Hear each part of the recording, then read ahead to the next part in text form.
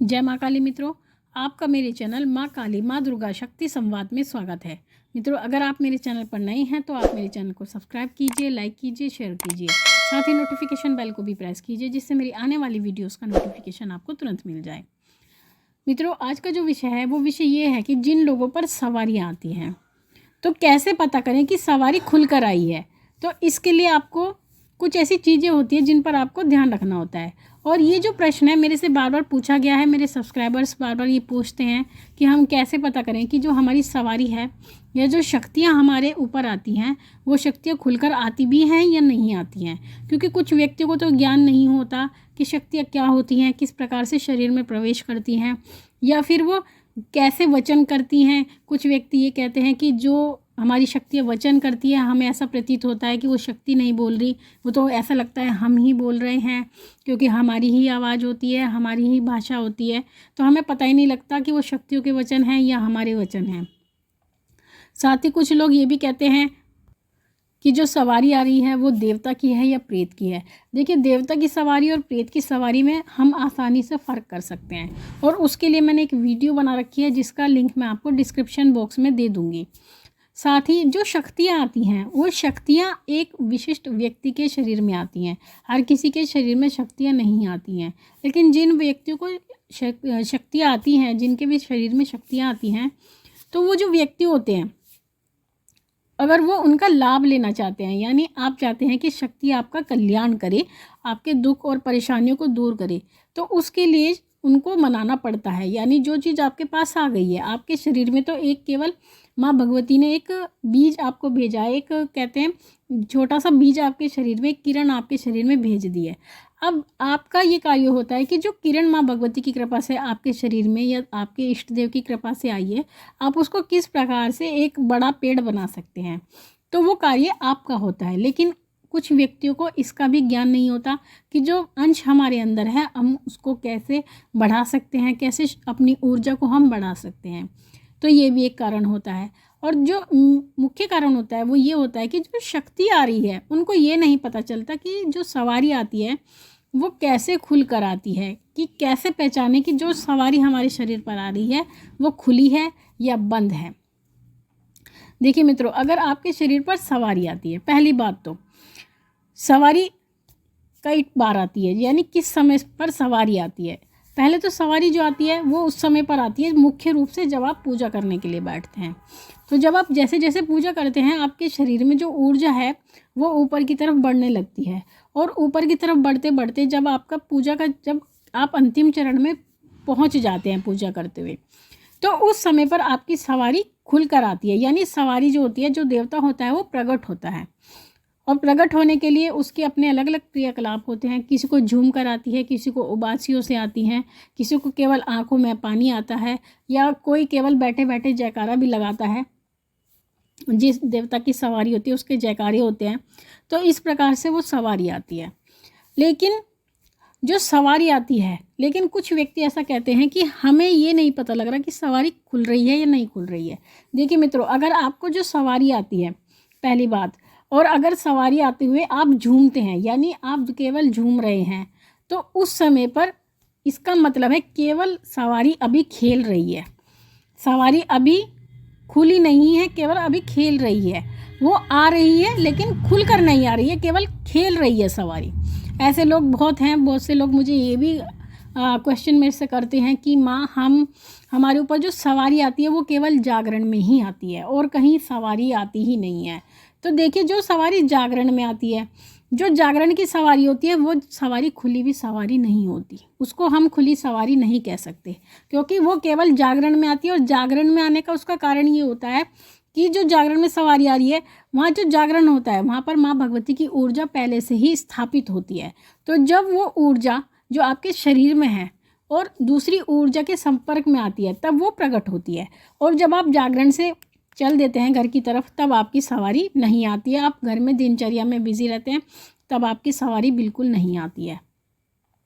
दूसरी बात, जब आपको सवारी आ रही होती है, जब आपकी सवारी खेल रही होती है, तो खेलने के बाद क्या होता है, जब सवारी इसलिए खेलती है कि जो शक्ति होती है वो आपके मूलाधार चक्र पर बैठती है और उस समय बैठते हुए वो अपने शरीर में कंपन पैदा करते हैं, हाथ पैर हिलाते हैं, जिसमें आपको ऐसा लगता है कि गोल गोल हमारे शरीर में कुछ घूम रहा है, आपको गोल गोल चक्कर आते हैं, आपका शरीर गोल गोल घूमता है, जिसमें आपकी गर्दन भी हिलती है, आपका पूरा ये जो ऊपर का पोर्शन होता है ये घूमता है, फिर और आपके हाथ जो है क्रिया करने लगते हैं। उसके बाद में आप ज़ोर ज़ोर से हिलते हैं। कोई लोग बहुत ही प्रचंड रूप से खेलते हैं, कोई हल्का खेलता है, कोई मध्यम खेलता है, सबका अलग अलग तरीका होता है। उसके बाद में जब आप खेलकर शांत होते हैं, जब सवारी प्रकट हो जाती है, और प्रकट होने के बाद में वो आपसे पहले जयकारा लगाती है।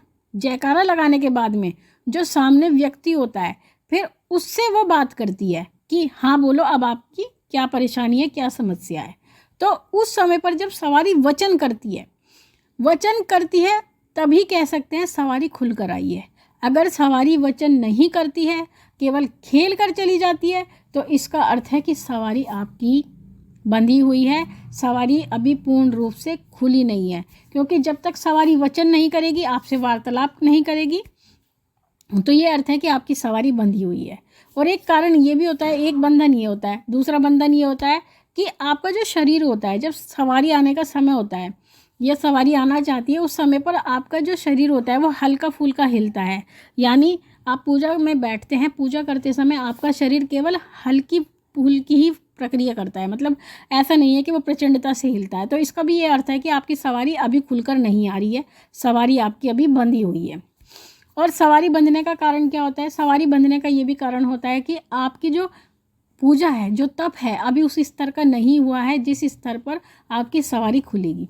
दूसरा कारण ये भी होता है कि जो सवारी आ रही है वो अभी परिपक्व नहीं हो पाई है। यानी अगर आप किसी भक्त के पास भी जाते हैं तो वो आपकी सवारी खोल देते हैं, ऐसा नहीं कि सवारी नहीं खोल सकते। लेकिन अगर आप चाहते हैं कि आपकी जो सवारी है वो स्वतः ही खुल जाए, तो उसके लिए आपको जप तप करना होता है, भोग आदि देना होता है। उसी समय पर आकर के सवारी आपकी पूर्ण रूप से खुलती है। लेकिन मेरे पास एक प्रश्न ये भी आया था कि हमारे पिताजी को सवारी आती है, 3 साल से उनको सवारी आती है, कुल देवता की सवारी आती है, लेकिन हम भोग भी देते हैं, उसके बाद भी हमारी सवारी खुलकर नहीं आती है और वो बोलती नहीं है। देखिए बच्चों, जो भी सवारी आती है, कोई भी जो चीज़ होती है वो एक दिन में नहीं बनती। हर चीज़ समय लेती है, हर चीज़ त्याग लेती है, क्योंकि जो शक्तियाँ होती हैं वो आपको हर तरह से परखती हैं। केवल यही नहीं कि आपने भोग दे दिया तो सवारी खुल जाएगी, या केवल आपने जप दे दिया तो सवारी खुल जाएगी। आपने जप दिया लेकिन अपने आचरण आपने शुद्ध नहीं रखे, तब सवारी नहीं खुलेगी। आपका मन स्वच्छ नहीं है तब सवारी नहीं खुलेगी। आपका तन पवित्र नहीं है तब सवारी नहीं खुलेगी। और आप जो है उल्टी सीधी कर्मों में लिप्त रहते हैं, कोई गलत कार्य करते हैं, तब सवारी नहीं खुलेगी आपकी। क्योंकि जो शक्तियाँ होती हैं वो शुद्ध और सात्विकता चाहती हैं, आपसे स्वच्छता चाहती हैं, क्योंकि वो शक्तियाँ दिव्य ऊर्जाएं हैं। वो सांसारिक व्यक्ति नहीं है, सांसारिक ऊर्जा उसमें नहीं होती, सांसारिक गुण कोई भी शक्तियों में नहीं होता है। उनका अलग स्वभाव होता है, अलग तरीका होता है। तो जो उनका तरीका होता है, अगर आप उसी तरीके से रहते हैं तब आपकी सवारियाँ खुलती हैं, अन्यथा सवारी खुलने का कोई अर्थ नहीं होता।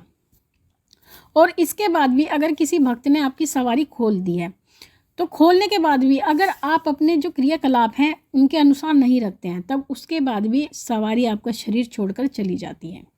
और जब एक बार सवारी शरीर छोड़कर चली जाती है, उसके बाद सवारी कभी वापस नहीं आती। 100% चांस ना आने के हैं, 0.1% आप कह सकते हो। हम 101 का चांस उसमें जोड़ सकती हूँ, मैं 1 जोड़ सकती हूँ कि 1% आ सकती है, नहीं तो मैं 100 के 100% कहती हूँ सवारी वापस नहीं आती है। और इसका कारण ये है कि वो तो ऊर्जा है, वो किसी के भक्त के शरीर में प्रवेश कर सकती हैं, क्योंकि सभी व्यक्ति पूजा करते हैं, सभी व्यक्ति चाहते हैं कि हमें ऊर्जा प्राप्त हो, तो वो अपने लिए अलग माध्यम ढूंढ लेंगी। वो ऐसा नहीं है कि संसार से कहीं चली जाएंगी, वो तो किसी और को माध्यम बना लेंगी, क्योंकि हम सब क्या होते हैं, हम सब माध्यम ही होते हैं उनके लिए। अगर हम माध्यम हैं और हम सही कार्य नहीं कर रहे हैं तो हमें छोड़ देंगी, किसी और को माध्यम बना लेंगी, किसी और के माध्यम से अपना कार्य को करने लगेंगी। अगर जन कल्याण कराना होगा तो किसी और माध्यम से कराने लगेंगी। तो इस प्रकार से जो शक्तियों का होता है वो कार्य होता है। तो इसलिए हमें बहुत कुछ सोच के और समझ के करना होता है, क्योंकि सवारी और शक्ति और ऊर्जा कोई बच्चों का खेल नहीं होता। इसलिए अगर आप चाहते हैं कि ऊर्जा और शक्ति आपको प्राप्त हो, या जो इच्छित होते हैं कि हम सवारी चाहते हैं, तो उसके लिए आपको सबसे पहले अपने आप में संयम पैदा करना होगा, स्वच्छता पैदा करनी होगी, साथ ही आपको नियमों का पालन करना होगा। और आपको एक जीवन ऐसा जीना होगा जो सामान्य व्यक्ति नहीं जीते हैं। उससे अलग जीवन अगर आप जीने के लिए तैयार हैं, तभी आप ये इच्छा करें कि हमें सवारी प्राप्त हो। अन्यथा तो व्यक्ति सामान्य रूप से जप तप करके ईश्वर को प्रसन्न कर सकता है। और कोई भी जिम्मेदारी लेने से पहले आपको ये ध्यान रखना चाहिए कि कोई भी दायित्व आपको अगर प्राप्त होता है तो वो एक दिन का, एक वर्ष का या 4 वर्ष का नहीं होता। वो दायित्व जो होता है वो जीवन पर्यंत चलता है, जब तक आपके घट में प्राण है, यानी जब तक आप जीवित हैं तब तक वो दायित्व आपके ऊपर रहता है।